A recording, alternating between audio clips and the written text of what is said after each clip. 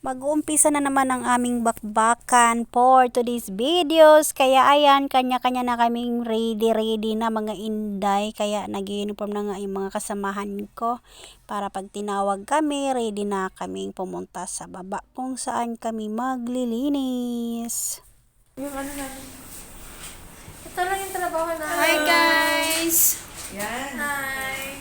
Magandang araw. Ito po yung trabaho namin for today's videos. Uy, nakasan nyo naman eh. Ito yung mga kasama ko guys. Oh, mag-hi naman kayo mga inday, Miles. Ayan. Ayan, linis time. So ito yung lilinisin namin guys. Kahapon nilinis namin to dito. Tapos ngayon, ulit. Kaya dinadaw. Lagyan namin, ito tatanggalin namin isa-isa. Tapos papalitan ng papel mamaya. Be, Masasabi ko sa ngayon, okay pa yung trabaho namin. Wala pa kami sa final destination. final destination. Nag-briefing pa lang kumbaga. So, salamat. Hello tayo eh, no? So guys, mag-i-Spider-Man na naman ako guys. Ay!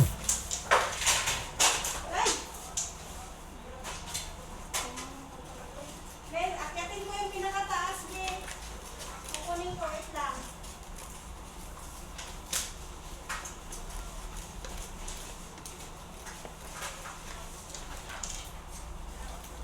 Kasi nung marunong dito.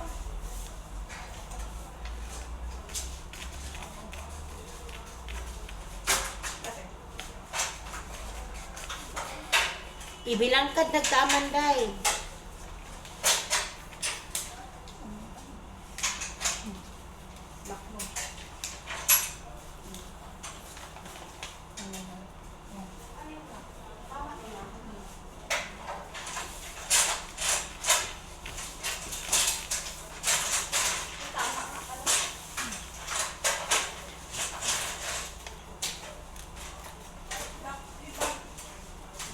Hi! Hi guys! Nandito na ako sa rooftop.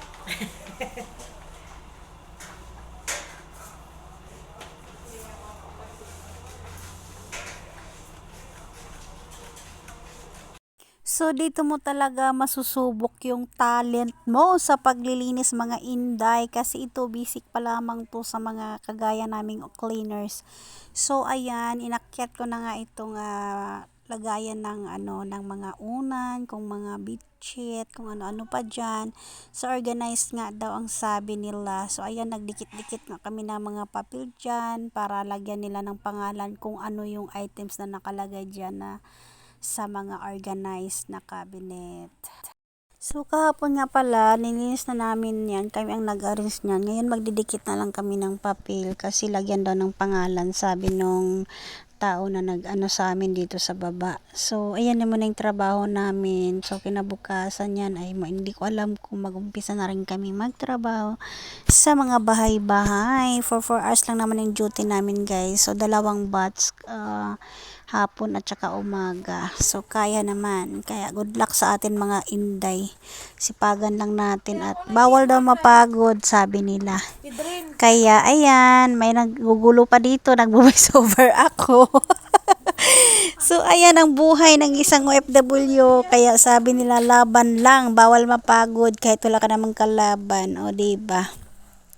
Ganyan kasipag ang mga OFW.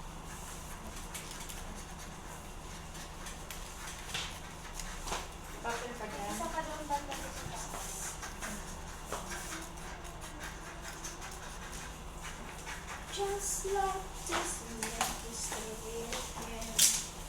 One more day, you make it great again. Mamma mia. Here we go. Ako ba natang ganina? Ano to? Receive na ako to.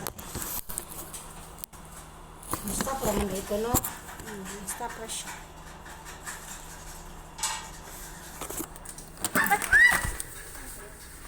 Sorry, day. Sorry, day. Sorry, good, day.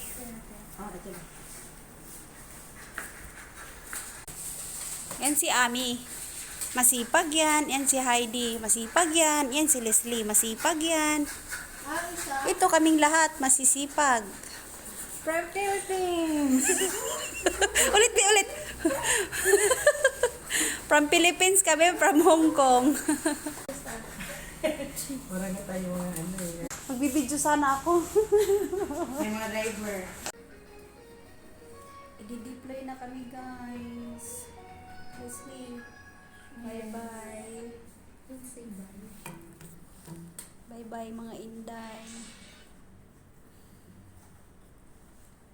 Wala, mga seryoso sila, oh. Huwag kayo mag-alala, mahal pa rin kayo ng jowa niya, Char. Ayan. Si Leia Salonga. Pag-asa ng mas. Ex-abroad from Hong Kong. Ex-abroad from Japan. Ex-abroad from Hong Kong. Ex-abroad from Bahrain. Ayan sila mga baguhan, dalawa. So, congrats sa atin, darling, ha? Jessica. Ayun, lumingon.